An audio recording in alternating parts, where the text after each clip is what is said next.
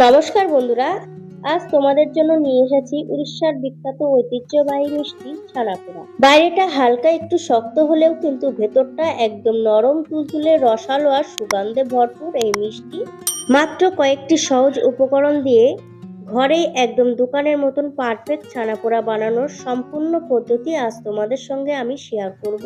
তাহলে চলো শুরু করি। রেসিপিটা বানানোর জন্য প্রয়োজন কিন্তু ছানা, সেই জন্য আমি 3 প্যাকেট দুধ নিয়ে নেব একটা কড়াইতে। আর ঘরে কিন্তু আমার 500 মতন দুধ জাল করা ছিল। টোটাল কিন্তু আমি 2 লিটার দুধ এই কড়াইতে দিয়ে দিয়েছি। এবার আমি দুধটাকে খুব ভালো করে ফুটিয়ে নেব। দুধটা ফুটে গেলে কিন্তু ঘন করার কোনো দরকার নেই, জাস্ট দুধটাকে 1 মিনিট আমি খুব ভালো করে একটু ফুটিয়ে নেব। ফুটিয়ে নেওয়ার পরে গ্যাসের ফ্লেমটাকে আমি অফ করে দেব। তো দেখতেই পাচ্ছ দুধটা কিন্তু খুব ভালোভাবে ফুটে উঠেছে। এবার আমি গ্যাসের ফ্লেমটাকে অফ করে দেব। আর একটা বাটিতে আমি 4 টেবিল চামচ নিয়ে নিয়েছি ভিনিগার। আর ওই বাটিতে এবার দিয়ে দেব 4 টেবিল চামচ জল। ভিনিগার আর জলটা খুব ভালো করে আমি মিশিয়ে নেব। তারপরে এই দুধের মধ্যে আমি ঢেলে দেব। আর ভিনিগারটা দেওয়ার সাথে সাথে কিন্তু দুধটা কাটতে শুরু করবে। দেখতে পাচ্ছ দুধটা কিন্তু কাটতে শুরু করেছে। আর এই ছানাটা কেটে গেলে কিন্তু বেশিক্ষণ এইভাবে রাখা যাবে না, সঙ্গে সঙ্গে কিন্তু ছানার জলটাকে আলাদা করে ফেলতে হবে।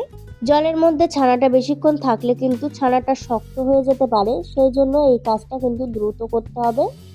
আর ভিনিগারের স্মেল যাতে ছানার মধ্যে না থাকে সেই জন্য আমি খুব ভালো করে কিন্তু একটু ছানাটাকে ধুয়ে নিয়েছি।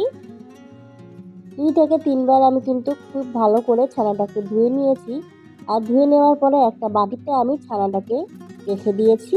এবার এর মধ্যে আমি কয়েকটি উপকরণ অ্যাড করব, সেই জন্য আমি দিয়ে দিয়েছি 4 টেবিল চামচ সুজি। আর দিয়ে দেব 4 টেবিল চামচ মিল্ক পাউডার। আর এই গুঁড়ো দুধটা দেওয়ার কারণে কিন্তু ছানা পোড়ার মধ্যে একটা দারুণ স্মেল আসবে। আর ছানা পোড়াটা একটা ক্রিমি ভাব আসবে, খেতে কিন্তু দুর্দান্ত লাগবে। তাই হাতের কাছে যদি গুঁড়ো দুধটা থাকে অবশ্যই কিন্তু দেবে। এবার আমি দিয়ে দেব 1 টেবিল চামচ ঘি। এবার হাতের সাহায্যে সবকটা উপকরণ আমি খুব ভালো করে মেখে নেব।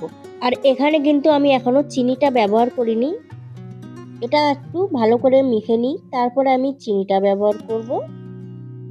তো খুব ভালো করে কিন্তু চটকে চটকে উপকরণগুলো একটু মেখে নিতে হবে। আর মাখার পরে দেখতেই পাচ্ছ ছানাটা কিন্তু একদম নরম হয়ে গেছে। এবার আমি চিনিটা ব্যবহার করব।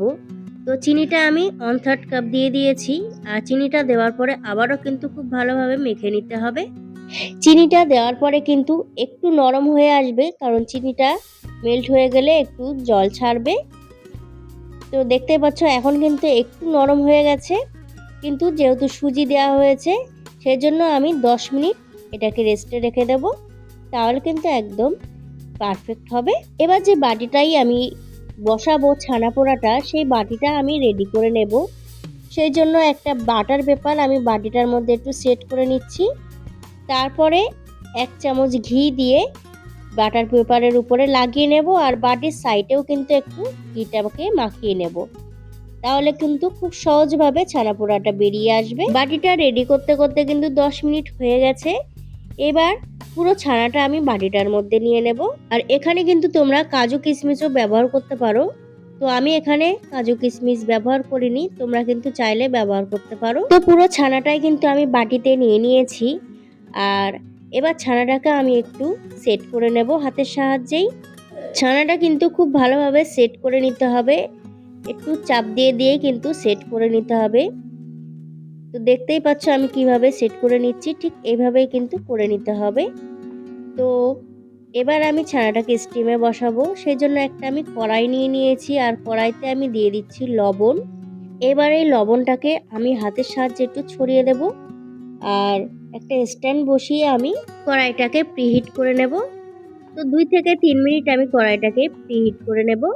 প্রিহিট করে নেওয়া হয়ে গেছে। আর ওই স্ট্যান্ডটা একটু বেশি উঁচু হয়ে যাচ্ছে, সেজন্য আমি পাল্টে নিয়েছি। এবার আমি একটা ফয়েল পেপার দিয়ে ছানাটার মুখটা আটকে দিয়ে আমি বসিয়ে দেব প্রায় 20 থেকে 30 মিনিট। তো প্রথমে আমি 20 মিনিট হওয়ার পরে একটু চেক করে নিয়েছি। তো দেখতেই পাচ্ছ কালারটা কত সুন্দর এসেছে। 10 মিনিট আরো স্টিমে বসানোর পরে ঠান্ডা হওয়ার পরে আমি এভাবেই ছেড়ে দিয়েছি। আর ঠান্ডা হওয়ার পরে আমি নামিয়ে নিয়েছি। আর ছানা পোড়াটা ঠান্ডা হওয়ার পরে কিন্তু বাটি থেকে কিন্তু ছেড়ে এসেছে। তাও আমি একটু ছুরি দিয়ে সাইডটা ছাড়িয়ে নিয়েছি। তারপরে একটা প্লেট উপরে কাভার দিয়ে ডিমোল্ড করে নেব। যেহেতু ছানা পোড়া বাইরেটা কিন্তু একটু পোড়া পোড়া হবে, সেই জন্য আমি একটু পোড়া পোড়া রেখেছি। তোমরা কিন্তু চাইলে হালকা কালার থাকতেই নামিয়ে নিতে পারো, কিন্তু দোকানে কিন্তু এরকমই একটু পোড়া পোড়া থাকে, সেই জন্য আমি এরকমই নামিয়েছি। আর যদি হালকা পোড়া রাখতে চাও তাহলে কিন্তু 20 মিনিট রাখলেই হবে। আমি কিন্তু মোট 30 মিনিট ছানাটাকে রেখেছিলাম। এবার আমি তোমাদেরকে কেটেও দেখাচ্ছি। তো বন্ধুরা, রেসিপিটা তোমাদের কেমন লেগেছে অবশ্যই কিন্তু আমাকে কমেন্টে জানাতে ভুলবে না। ভালো লেগে থাকলে একটা লাইক করে দেবে। আর আমার চ্যানেলে নতুন বন্ধু হয়ে থাকলে আমার চ্যানেলটিকে সাবস্ক্রাইব করে নেওয়ার অনুরোধ রইল। তো দেখতেই পাচ্ছ ছানাটা কতটা নরম তুলতুলে ভেতরটা হয়েছে। পিসগুলো আমি একটু বার করে তোমাদেরকে দেখিয়ে দিচ্ছি। আর এর ভিতর থেকে এত সুন্দর একটা মিষ্টি গন্ধ বেরোচ্ছে, সেটা কিন্তু তোমরা না বানিয়ে খেলে বিশ্বাসই করতে পারবে না। আমি একটা পিস ভেঙেও তোমাদেরকে দেখিয়ে দিচ্ছি। এক পিস ভেঙে আমি তোমাদেরকে দেখিয়ে দিচ্ছি কতটা নরম তুলতুলে, আর খেতেও কিন্তু অসাধারণ। দেখতেই পাচ্ছ কতটা নরম, চাপ দেওয়ার সাথে সাথেই কিন্তু ভেঙে যাচ্ছে। তাহলে বন্ধুরা, আজকের মতন এই পর্যন্ত। দেখা হচ্ছে অন্য কোনো রেসিপি নিয়ে। ততক্ষণে সবাই ভালো থাকবে, সুস্থ থাকবে। নমস্কার।